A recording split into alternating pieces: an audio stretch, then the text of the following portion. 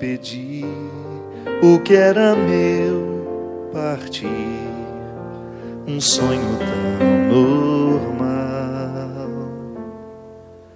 Dissipei meus bens e o coração também. No fim, meu mundo era irreal. Confiei no teu amor e voltei. Sim, aqui é o meu lugar. Eu gastei teus bens, ó Pai, e te dou este pranto em minhas mãos. 1000 amigos conheci, disseram adeus, caiu a solidão em mim. Um patrão cruel levou-me a refletir, meu Pai não trata um servo assim. Confiei no teu amor e voltei. Sim, aqui é o meu lugar. Eu gastei teus bens, ó Pai, e te dou este pranto em minhas mãos. Nem deixaste-me falar da ingratidão, morreu no abraço mal que eu fiz. Festa, roupa nova, anel, sandália aos pés, no fim a vida sou feliz. Confiei no teu amor e voltei. Sim, aqui é o meu lugar. Eu gastei teus bens, ó Pai, e te dou este pranto em minhas mãos. Confiei no teu amor e voltei. Sim, aqui é o meu lugar. Eu gastei teus bens, ó Pai, e te dou este pranto em minhas mãos. Muito boa noite, é com muita alegria que nós começamos mais um programa de direção espiritual, hoje sob a mística das cinzas, a oportunidade que nós temos de colocar o nosso coração na dinâmica de um tempo muito especial que a igreja nos convida, que é o tempo da Quaresma. Nós já estamos tão acostumados a ouvir que a Quaresma é um tempo de conversão, e eu gostaria que hoje essa palavra, essa convicção de que nós precisamos nos converter, de que nós precisamos mudar e que a Quaresma é um tempo especial para nós, pudesse soar diferente para todos nós. Primeiramente, a gente precisa pensar que toda conversão é sempre um ato favorável ao humano. Primeira coisa que nós precisamos arrancar da nossa mente, que converter-se é você viver o prejuízo da vida. Por que eu digo isso? Porque às vezes eu encontro pessoas que têm uma visão muito equivocada do processo de conversão. Talvez porque foram educados dentro de um contexto religioso, onde Deus é o inimigo da alegria, onde Deus não tolera o sorriso, onde Deus não tolera o prazer. A primeira coisa que nós precisamos esquecer é isso. Deus não se opõe às alegrias humanas, Deus não se opõe aos prazeres. A gente precisa ter uma consciência de que tudo o que realiza o ser humano é naturalmente divino. E eu sei que muitas vezes Deus foi colocado de maneira muito errada na nossa compreensão. Como aquele que não gosta de festas, como aquele que não gosta da diversão, como aquele que não gosta da música. Por isso, o rosto contrito, aquelas expressões de sofrimento que durante anos e anos e anos fizeram parte da construção da nossa fé. A gente olha para os altares e a gente vê tudo muito, muito triste, As representações da santidade, todas elas muito, muito contidas, muito tristes. E nós não podemos nos esquecer que isso é fruto de um tempo, de uma cultura. Nós podemos ressignificar a santidade. E seria muito interessante que se hoje nós começássemos a ter os santos do sorriso, como nós já temos João Paulo II. A estátua de João Paulo II, de São João Paulo II, poderia perfeitamente estar com um sorriso no rosto. Foi um homem tão feliz, um ator, um homem que soube apreciar todos os recursos da arte, para ele ser homem, para depois ele ser padre, para ele ser bispo, para ele ser cardeal e ser o Papa. Um homem que utilizou de todos os recursos humanos que tinha. O bom gosto, a sensibilidade. Inclusive estamos gravando agora um CD que foi especialmente composto com todos não, porque são muitos, com alguns poemas muito especiais de São João Paulo II e que foram musicados pelo grande Michael Sullivan, um grande compositor da música popular brasileira, que se encantou com os poemas de João Paulo e que musicou. Um homem ligado à arte. João Paulo II, um homem que ressignifica a santidade para nós. Sim, nós podemos ser santos. E a conversão é a oportunidade que nós temos de arrancar dos nossos hábitos, pensamentos, palavras, sentimentos, tudo que possa ser contrário a essa santidade que Deus nos convida a viver, que não tem outro nome, que pode ser chamada de outro nome, que pode ser compreendida de outra forma, porque toda vez que nós podemos aproximar o significado religioso daquilo que é a dinâmica da nossa vida, nos ajuda. Se eu quiser pensar então que a santidade é a mesma coisa que a realização humana,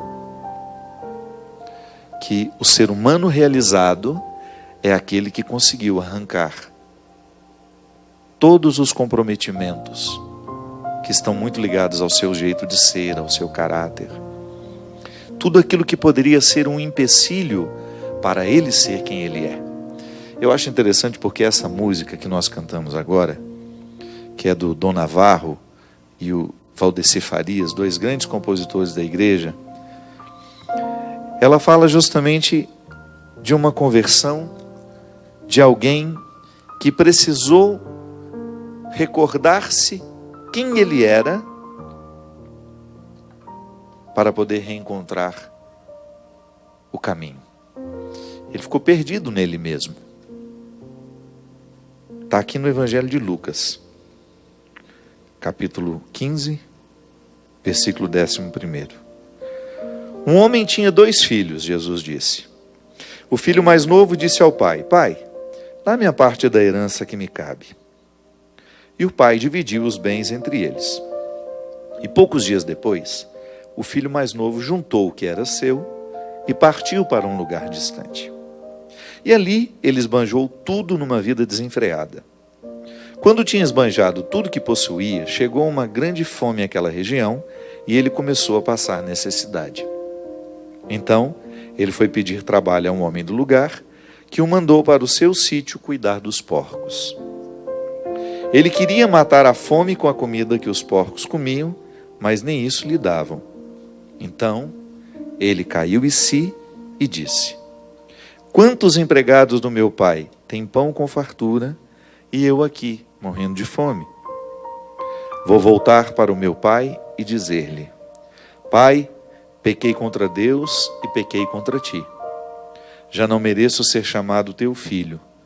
Trata-me como a um dos teus empregados. Então ele partiu e voltou para o seu pai.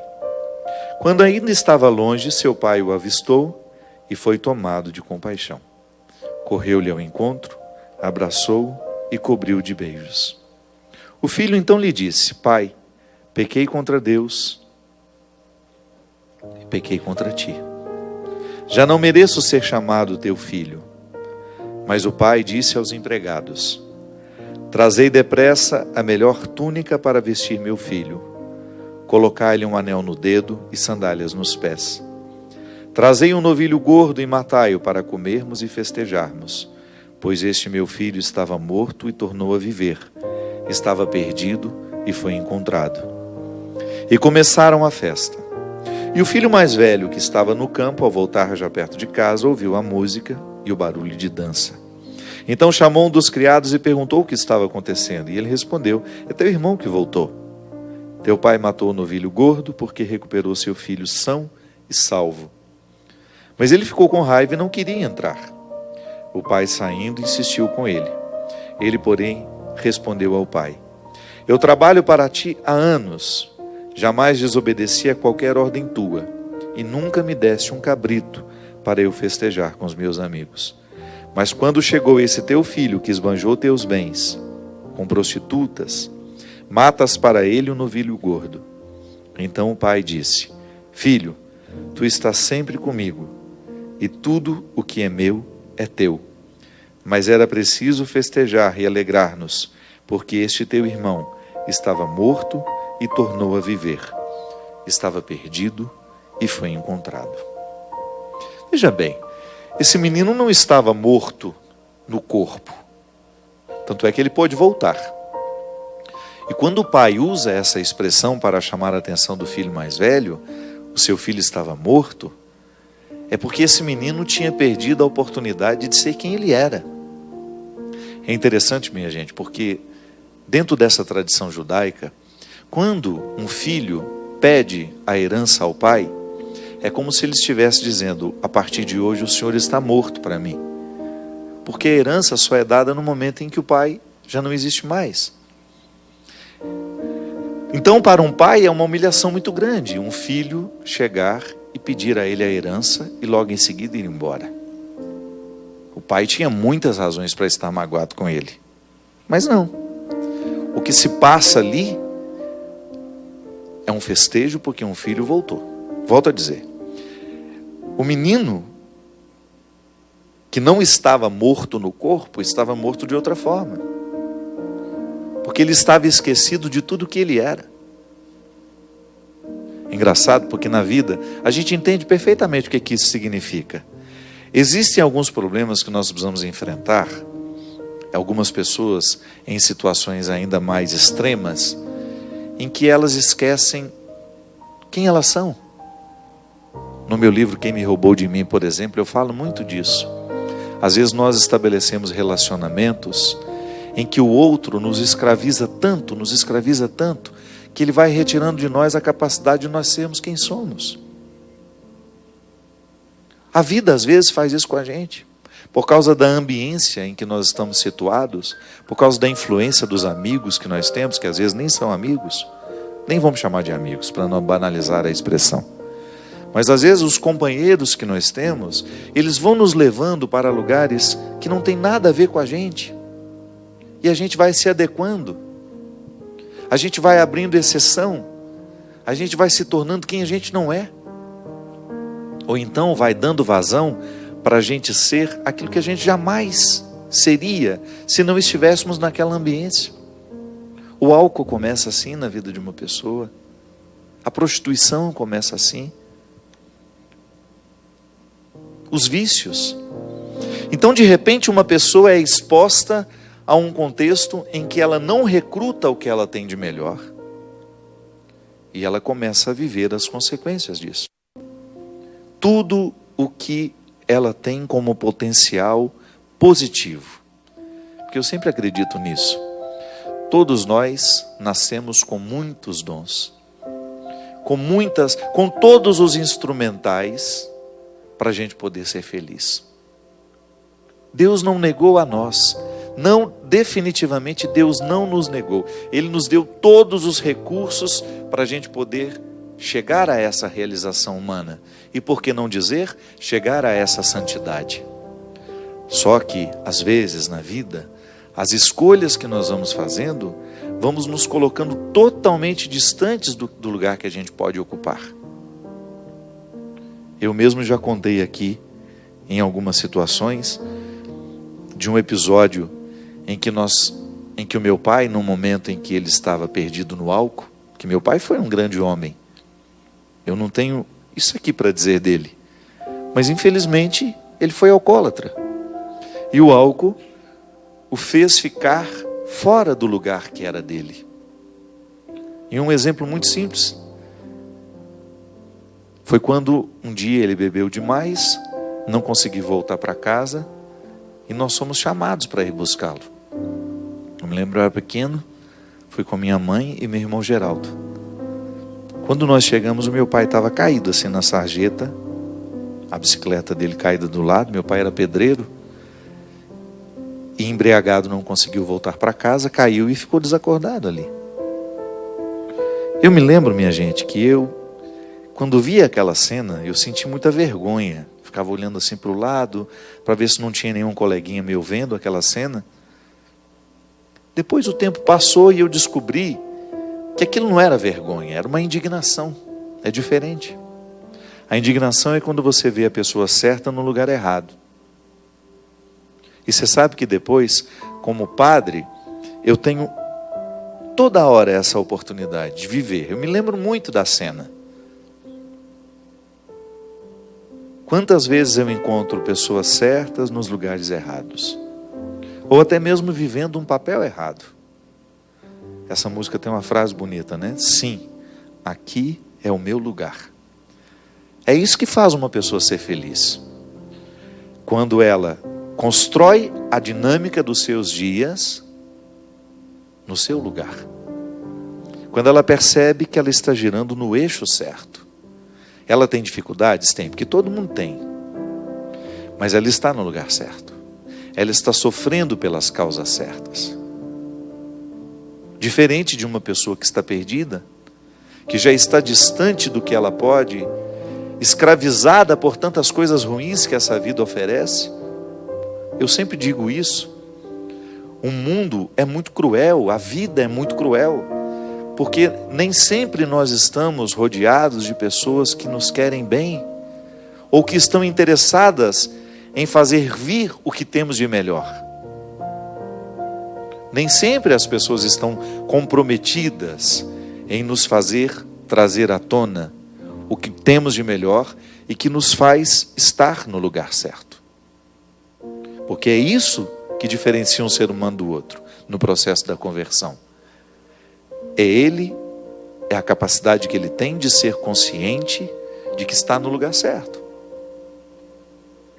Às vezes eu fico intrigado com as minhas escolhas, em perceber que às vezes elas não estão me ajudando a estar no lugar certo. As pessoas que tragam para estarem ao meu lado, as pessoas que eu permito que tenham influência sobre mim, tudo isso vai me dizer se eu estou no lugar certo ou não. Você sabe disso. Você tem muitas pessoas que têm influência sobre você. E se for honesto, você saberá dizer se a influência deste ou daquele é boa na sua vida. Aquele companheiro, volto a dizer, pode não ser amigo, ele lhe ajuda a buscar o que existe de melhor em você ou não? É o contrário. Pois é, conversão é isso, é você mudar as peças de lugar, é você ter coragem de identificar onde é que você está caindo, onde é que você está errando, onde é que você está perdendo a oportunidade de estar no lugar certo. Esse menino passou boa parte, o Evangelho não conta quanto tempo, não sei quanto tempo ele levou para viver a desilusão. 5, 6, 10 anos é o tempo que durou o dinheiro. Porque o dinheiro o iludiu. O dinheiro comprou falsos amigos. O dinheiro comprou o falso lugar. Então ele suportou a vida ali naquele tempo. Mas na hora que ele ficou nu, na hora que o dinheiro acabou, na hora que os recursos se esvaíram, o que sobrou? Ele e a sua escolha. A escolha infeliz que o levou para distante dele mesmo, do lugar que lhe pertencia. E esse menino só começou a se curar, ele só começou a voltar para casa, porque isso também é interessante perceber.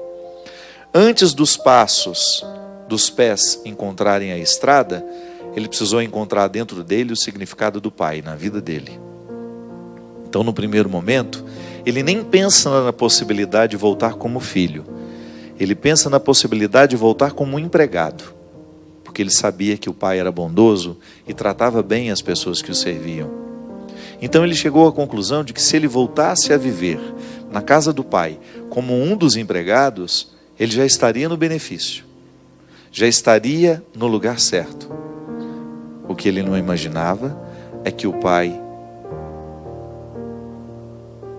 o receberia como um filho, coisa que ele nunca deixou de ser.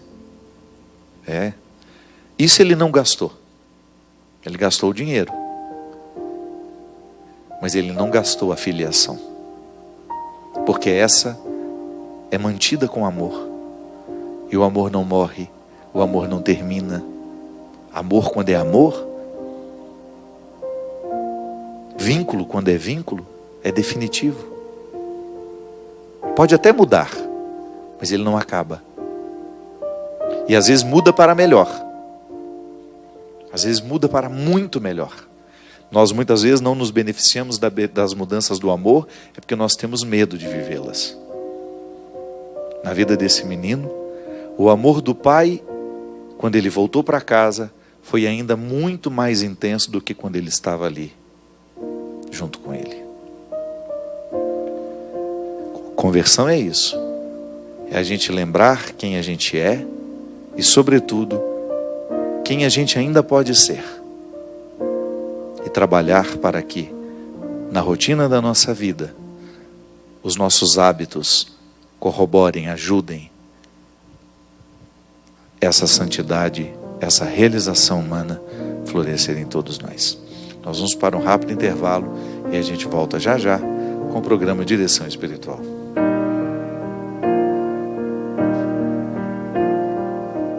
Estamos de volta com o programa Direção Espiritual. Muito obrigado pela sua presença, pela sua participação. Queria fazer um convite muito especial a vocês. No dia 26 de agosto, nós embarcamos numa peregrinação pela Dinamarca, Noruega, Suécia e Finlândia. Serão 13 dias nesse lugar maravilhoso do mundo que se chama Escandinávia, uma parte dela, né? Nós vamos passar nos principais países. E nós queremos convidar você para estar comigo durante esses 13 dias de viagem. Nós sairemos dia 26 de agosto e retornaremos no dia 7 de abril.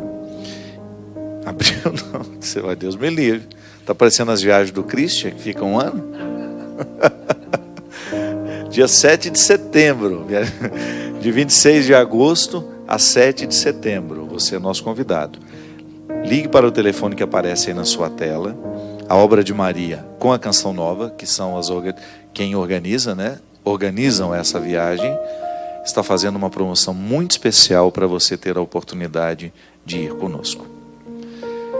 Vai ser um momento de convivência, de crescimento espiritual. Teremos missa todos os dias, a oportunidade de visitar lugares muito bonitos dentro de um espírito muito fraterno e cristão. Lembrando também que você pode adquirir a biografia Humano Demais, que é a minha vida escrita pelo Rodrigo Alvarez. Você liga aqui na Canção Nova, no 0 operadora 12 31 86 2600, e ao adquirir a biografia aqui, você tem a oportunidade de ajudar as obras que a Canção Nova sustenta. Porque às vezes a pessoa pensa que a Canção Nova só tem a televisão, né? Mas não. não faz ideia de quantos trabalhos bonitos de evangelização pelo mundo afora a Canção Nova realiza. Inclusive, em parceria com a Canção Nova, a Obra de Maria, com essas viagens que nós fazemos, que às vezes as pessoas podem perguntar, o que eles fazem com esse dinheiro que arrecadam das viagens, né? Canção Nova e Obra de Maria mantém obras na África. Um trabalho muito bonito. Meu amigo Gilberto, que eu não canso de dizer, que é um dos fundadores da Obra de Maria, ele realiza um trabalho belíssimo em Angola, em Moçambique e também em Cabo Verde. De maneira muito especial em Moçambique, onde existe uma pobreza muito extrema. Então é um desdobramento social da evangelização. A Canção Nova, quando você adquire um produto aqui, você pode observar que nós não temos comercial, nós não temos intervalo comercial. Todo o trabalho da Canção Nova é para fazer bem ao coração de quem nos escuta. E aqui ninguém está enriquecendo, viu? Eu conheço a vida das pessoas aqui, dos administradores, dos padres que trabalham aqui, dos consagrados. É claro que aqui existem muitos que são profissionais, qualificados para fazerem as transmissões, mas também eles, claro, tem o salário deles, é justo, é honesto que eles sejam bem remunerados pelo trabalho que fazem, mas também eles estão com o coração imbuídos com a missão da Canção Nova. Não são meramente cinegrafistas, não são meramente diretores, produtores, não. É gente que acredita no trabalho que aqui se faz. Esse mundo está muito necessitado de pessoas que nos coloquem no eixo, de pessoas e de situações que nos ajudem a recrutar o que nós temos de melhor, né? Minha agenda de abril, vou falar só de abril para não ficar confuso, porque senão tem muita coisa pela frente ainda. No dia em Uberlândia, no dia 7 em Campinas, no dia 8 em Ribeirão Preto e no dia 16 Frederico Westphalen. Será que é assim que fala, Cidinho? Westphalen, no Rio Grande do Sul. Boa noite, Christian. Tudo certo com você? Que bom. Uma pessoa aqui que estava falando justamente um pouquinho do que a gente estava dizendo. Ela disse assim: padre, sabe quando a gente sente um peso dentro de nós, com medo de que tudo possa dar errado? Pois é, estou me sentindo assim. Sei que tenho um potencial para ser feliz, para buscar muito mais. Até incentivo outras pessoas a fazerem o mesmo. Incentivo-as a não terem o medo, mas eu estou experimentando em mim muito deste medo.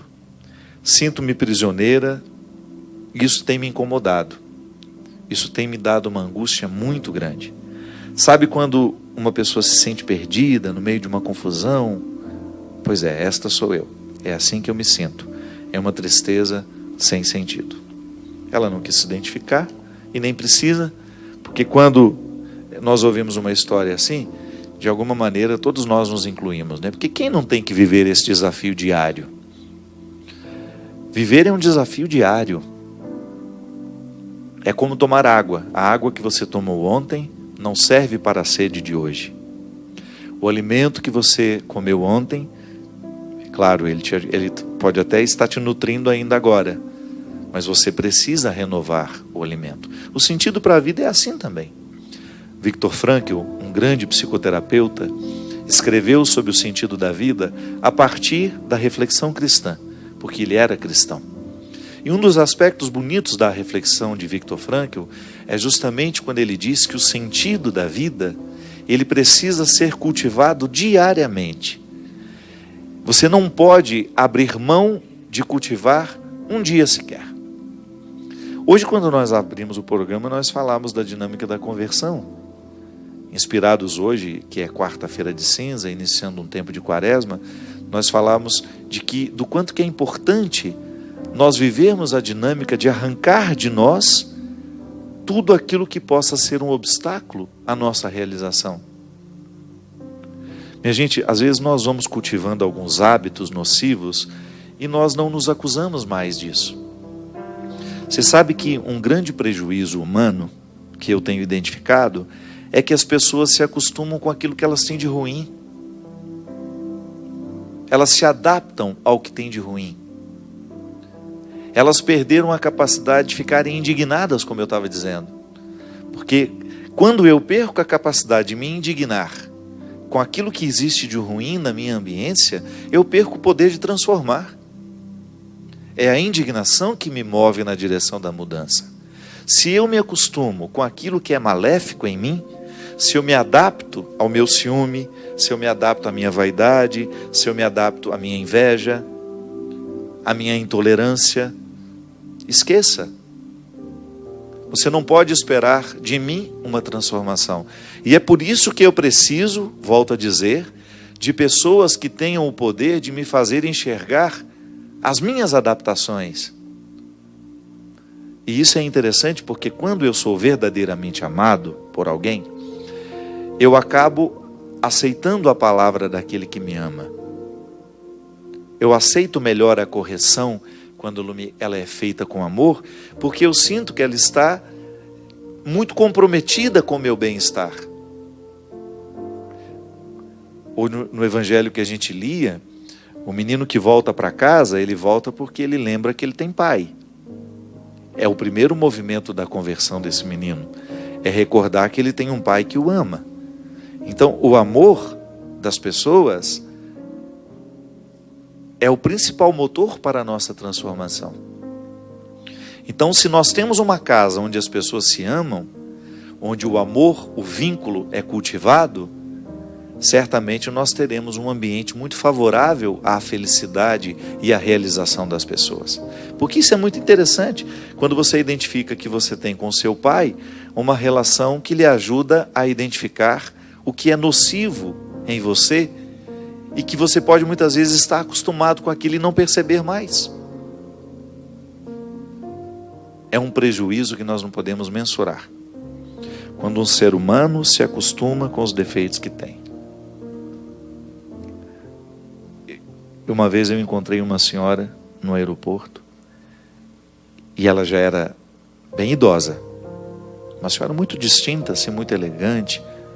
Ela estava acompanhada do filho e ela tocou no meu ombro assim e com muita serenidade ela me disse: Padre Fábio, outro dia eu ouvindo um programa que o senhor estava fazendo, eu identifiquei um defeito em mim que passou a minha vida inteira me acorrentando, mas eu não fui capaz de perceber. Aos 92 anos, que é a idade que eu tenho hoje, ela me disse, eu pude perceber o quanto eu fui prisioneira desse defeito.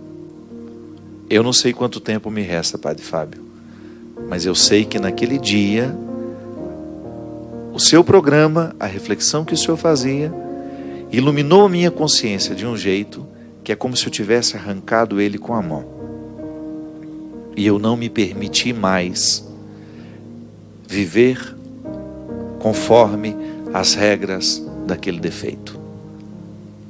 Eu achei interessante a confissão dela. Primeiro que eu me senti extremamente honrado de ter feito parte de um processo humano que eu julgo, pelo que eu percebi daquela senhora, uma mulher tão nobre, tão atenta a si mesma. Sabe quando você percebe que você participou do processo do outro? Sim, e agora pensando eu também. Quantas vezes eu me percebo vivendo sobre as regras dos meus defeitos? Porque quando eu passo a viver sobre as regras das minhas qualidades, eu fico mais leve para o outro, eu fico mais feliz, eu fico naturalmente mais interessante. Até para mim, não é para o outro não. O primeiro movimento que nós vivemos da conversão é a satisfação de ser quem a gente é. Que às vezes a gente fica pensando que a nossa conversão é para agradar a Deus, para. Deus fica feliz à medida que nós estamos. Então quando eu quero corrigir um defeito meu, e para isso a igreja nos ensina a dinâmica dos sacrifícios, né? Eu vou fazer um sacrifício ao longo dessa quaresma. Tá, mas pelo amor de Deus, escolha alguma coisa que de fato vai repercutir na sua alma. Que às vezes, eu vou ficar sem comer chocolate. Ótimo, seu organismo vai agradecer. Agora eu quero saber qual é as repercussões que ele terá, que esse sacrifício terá na sua vida espiritual. Isso é interessante. Quando eu percebo que um sacrifício, um gesto de renúncia, vai me ajudar a quebrar o poder das regras dos defeitos. Porque um ser humano que vive adaptado aos seus defeitos, um ser humano que vive sob as regras dos seus defeitos, ele é insuportável. Ele é difícil no trabalho, ele é difícil dentro da família, ele é difícil nas relações amorosas que ele vai viver. Por quê? Porque ele é um porco espinho, né? Está sempre pronto para jogar os seus espinhos nos outros. Ele fica difícil para ele mesmo. Pode observar, pessoas muito difíceis são difíceis antes para elas. Antes de serem insuportáveis aos outros, elas são insuportáveis a elas mesmas. Por isso que elas têm tanta dificuldade de lidar, de estar com os outros, de serem instrumentais de coisas boas, né? Então, se eu não quebro as regras dos meus defeitos, se eu não me incomodo para deixar de estar adaptado a eles, aos meus vícios, se eu não faço esse movimento, eu vou me tornando uma pessoa insuportável. E isso é muito interessante, porque isso deve ser para nós um termômetro de conversão. Tá, eu sou de igreja, eu sou padre, eu sou freira, eu sou isso, eu sou aquilo, eu sou suportável? Porque às vezes as pessoas, elas se esquecem de permitirem que Deus transforme o coração delas. Às vezes transforma só o aspecto exterior. Mas e o coração? Que é esse que me faz ser diante do outro. É esse que faz com que eu esteja na promoção do outro, no amor, na tolerância. Eu particularmente costumo dizer que nós cristãos somos os grandes responsáveis pelo ateísmo no mundo, pela nossa falta de testemunho. Às vezes nós temos anos e anos e anos de pertença religiosa, 20 anos de padre, 30 anos de bispo, e somos insuportáveis. Somos deselegantes, somos grosseiros. Eu não sei onde é que Deus está nessa história. Se o processo de Deus na nossa vida é justamente amansar o nosso coração, é fazer-nos quebrar as regras dos defeitos, é a gente deixar de estar adaptados ao mal. Eu, Padre Fábio, se eu me torno uma pessoa insuportável aos outros, eu preciso sim rever o quanto de Deus já aconteceu em mim. Que conversão é essa que não me torna uma pessoa mais leve para os outros? Que conversão é essa que não me arranca da arrogância? É o primeiro sinal, minha gente, de quem se diz religioso, porque é o fruto da espiritualidade em nós. Eu não me sentir melhor que ninguém, eu olhar nos olhos dos outros sem ter a pretensão de que sou melhor que eles, sabe? Se eu sou um bom chefe, não tem problema ser duro. O bom chefe costuma ser duro, exigente, mas nunca arrogante. Exigente, mas nunca intolerante. Exigente, mas não insuportável. Você sabe que uma vez, diante de uma dificuldade que eu estava tendo, um momento que eu estava vivendo difícil na vida, eu estava percebendo que a minha equipe tinha medo de mim. E nada pode ser pior do que isso. Uma coisa é a sua equipe ter respeito por você. Outra coisa é ela ter medo de você. Quando eu coloco medo nos outros, eu preciso rever com muita honestidade a minha conversão. Não posso compreender isso, sabe? Quando eu, no exercício de ser quem eu sou, eu distrato as pessoas, finge que elas não existem. É como você chegar num lugar e não cumprimentar quem está ali, porque você se acha o melhorzão, o bonzão da história. Quantas vezes nós vemos isso? Ao passar pelo prédio, o porteiro que está ali, meu Deus, esse homem participa da minha vida. Ele pode até não entrar na minha casa todos os dias, mas eu passo por ele todos os dias. Eu quero saber quem ele é. Eu quero saber o nome dele.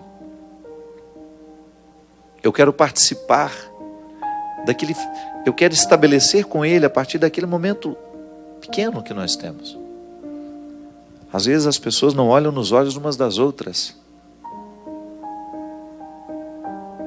Às vezes nós vamos alimentando um temperamento difícil, pesado, e a gente diz que está convertido, ou que está em processo de conversão. Tá bom, mas que processo é esse que não acelera a nossa simplicidade, a nossa leveza? Volto a dizer, às vezes, dentro da nossa experiência religiosa, essa hipocrisia, ela compromete todo o resultado. Deus às vezes perde a oportunidade de acessar o nosso coração por causa das nossas resistências, ou por causa do cultivo dos nossos vícios. Essa menina que disse ali, às vezes não consegue recrutar o que tem de melhor em si mesmo, vai ficando abatido, é isso.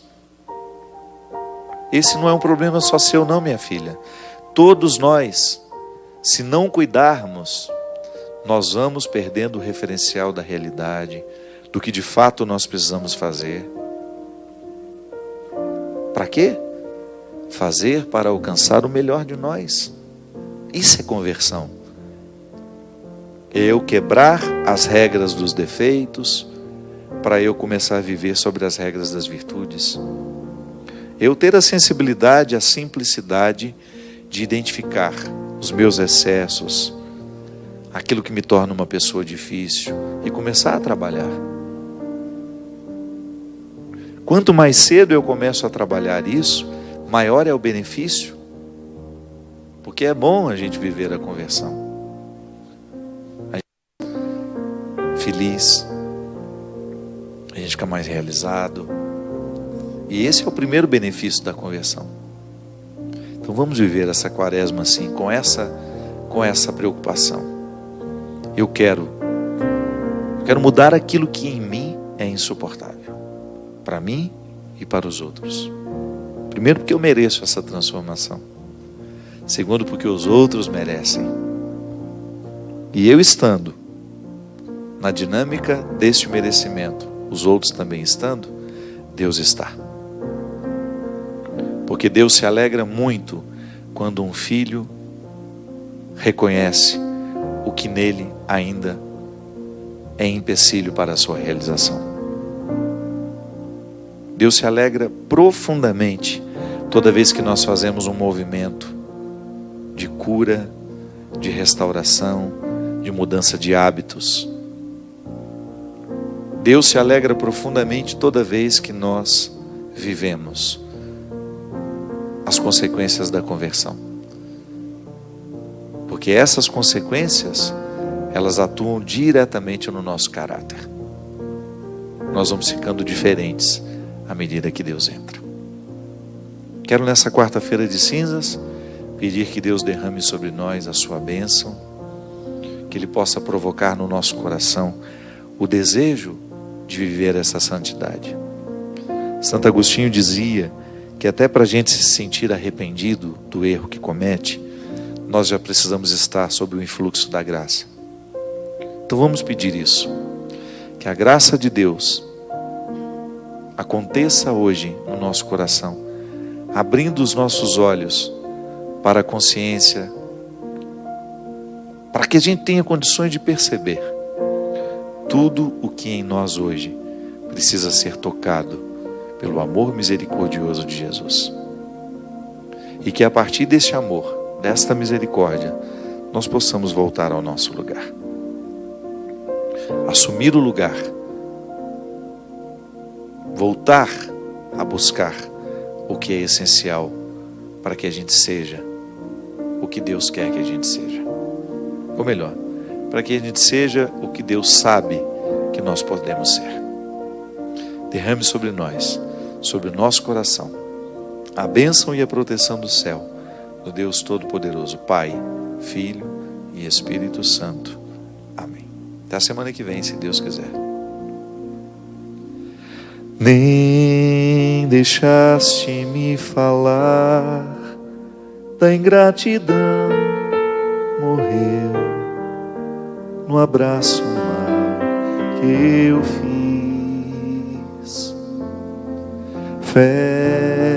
Festa, roupa nova, anel, sandália aos pés, voltei à vida, sou feliz.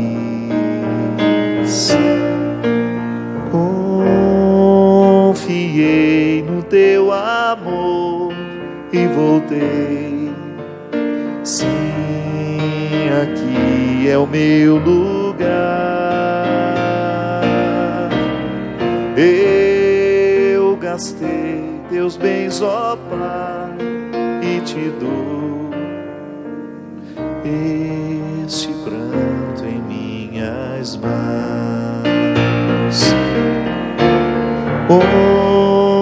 Confiei no teu amor e voltei. Sim, aqui é o meu lugar.